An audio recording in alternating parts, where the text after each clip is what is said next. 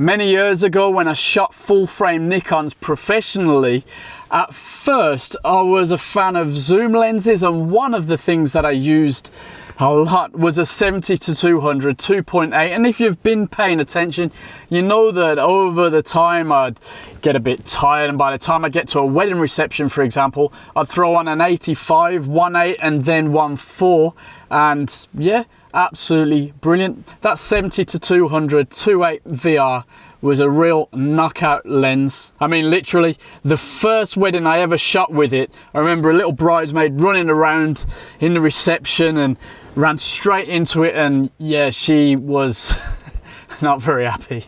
That leads us to a question that some people switching over to Fujifilm or a mirrorless system have, and that's, should I go for the 56-1.2, the magical, beautiful Fujifilm prime lens, or maybe go back to zooms as my mirrorless gear is smaller and less weight, and I could probably afford now to use a zoom weight-wise. So would I go for a 50-140? Well, let's have a look. It's not strictly a case of comparing focal lengths and quality, but I would say it's more down to your personal tastes of practicality.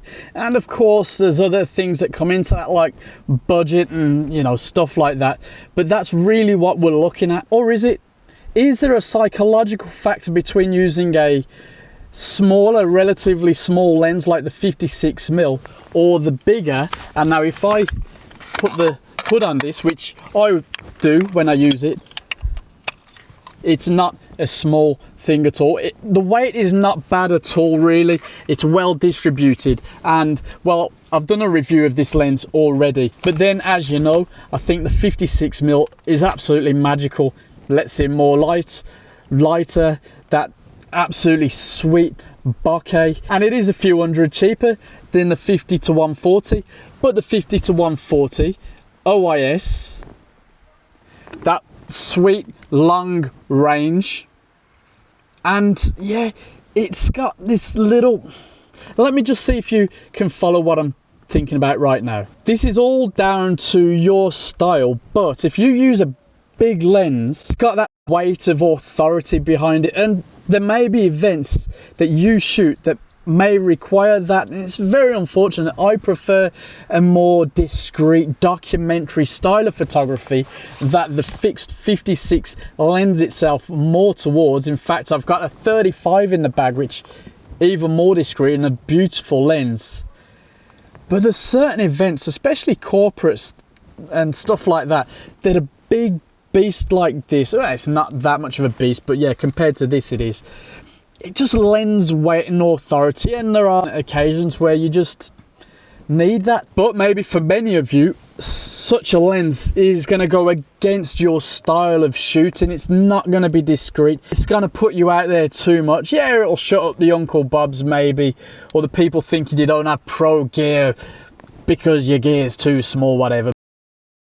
What's all this waffling in aid of then, really? Well, look, you can see now I'm, well, not suited and booted, but I'm about to shoot a wedding here in Solihull in about an hour's time, and I'll be using one of these lenses at this shoot, and in the next shoot, a little later on, a gender reveal party in a few more days, and I'm going to be using the other lens, and then we'll reconvene, and I'll let you know why I chose to use, well, which lens at which, and hopefully share some samples with you. In the meantime, keep an open mind, formulate your favorites, and we'll have a chat below in the comments. Right, I think my tie's on straight.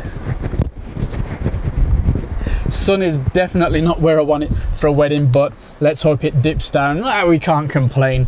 In a couple of months we'll be crying about the cold and I'll be a different color. So yeah, anyway, let's go and fit one of these to one of my Fujifilms and have a little play. And by play I mean work hard.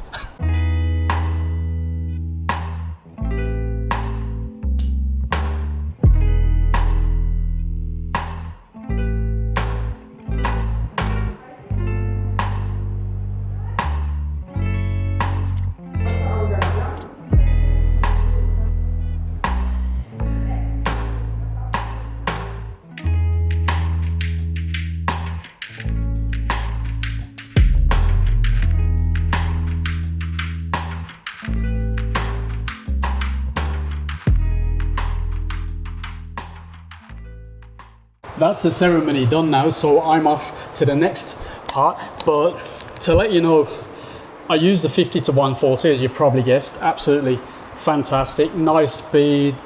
In this wedding, it was so small and beautiful, the size of it wasn't a big deal, you know. There weren't enough people to really hide amongst. Absolutely wonderful. Now, one thing to take into consideration if you're thinking this might be the one for you, if you tend to work in very small venues, this might just not be worth messing about with.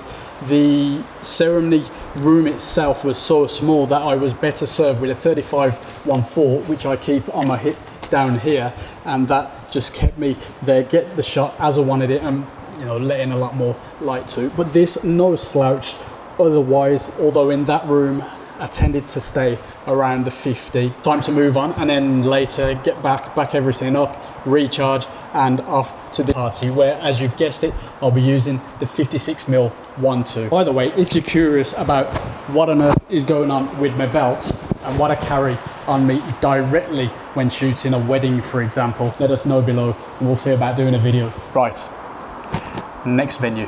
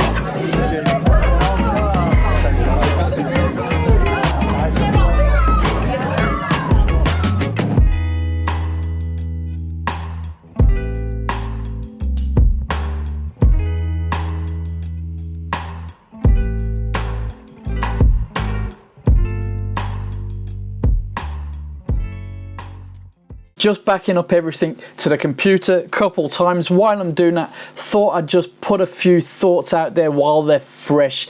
Yep, so I used the 56-1.2, and yeah, that's the one that I would choose for.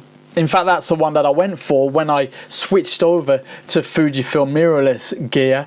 I was already a prime guy before when I was with Nikon with full frame, and the zoom days were before that, and I just still enjoy shooting primes more so than the zooms. But the fact is, the zooms now with the Fuji gear, it's not a cut and dry case anymore.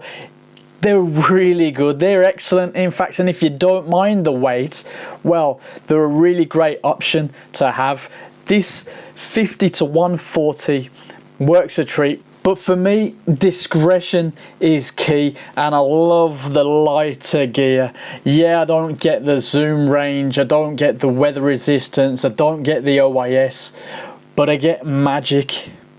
I get something light, something that can just help me to blend in to the environment. Now, I used this at the wedding ceremony, and for the most part, brilliant. Yes, as I mentioned before, the ceremony room itself was rather small, so it was better served by the 35mm, but beautiful lens, and especially with the family that I was working with, it wasn't a problem at all. My preference is this lens, and actually it turns out that just before doing the gender reveal party, I set up a poll on my YouTube page, on the community, on this page, and I was quite happy actually. You responded, and actually some of you did think it was quite a strange comparison, not comparison, but putting two lenses like the 56 and the 50-140 next to it, not an obvious comparison. I absolutely agree. In fact, I agree with pretty much all the comments on there to some degree. Some really fit my ethos, my style, and others I completely understood the practicality, the vibe behind it, the reasoning I should say. Yeah, really good. I'm really happy about that, and I think I'll put the results up now so you can see them. I mean, yeah, overwhelming success for the, if you can say that, for the 56mm. Some interesting comments in the 50 f2, which I didn't mention. That's a nice one. Some people do decide between the 50 f2 and the 56 1.2. Big difference in price, size, weather resistance, and yeah, the 50 f2 doesn't lose too much magic, too much, you know, it's not quite the same, but you know, for some that works out a treat. One comment actually put that he's using a 35, 18-55 and a 55, and that's him done. Fantastic. Yeah, two of those lenses I wouldn't use strictly on professional shoots, although certain shoots you could definitely get away with it, but it's not really about getting away with it. But yeah, look at that. I mean, he put for a bit over the price of the new 56 1.2. You can't argue with that, really, can you? It was nice to see. Some of you guys have been on the channel for a real long time now, so thanks for getting involved. It seems the polls are pretty popular, I don't know. Some nice, interesting comments. This guy's cheating by putting 16mm 1.4 because that's a completely different focal length entirely. I mean, it doesn't have a 5 in it.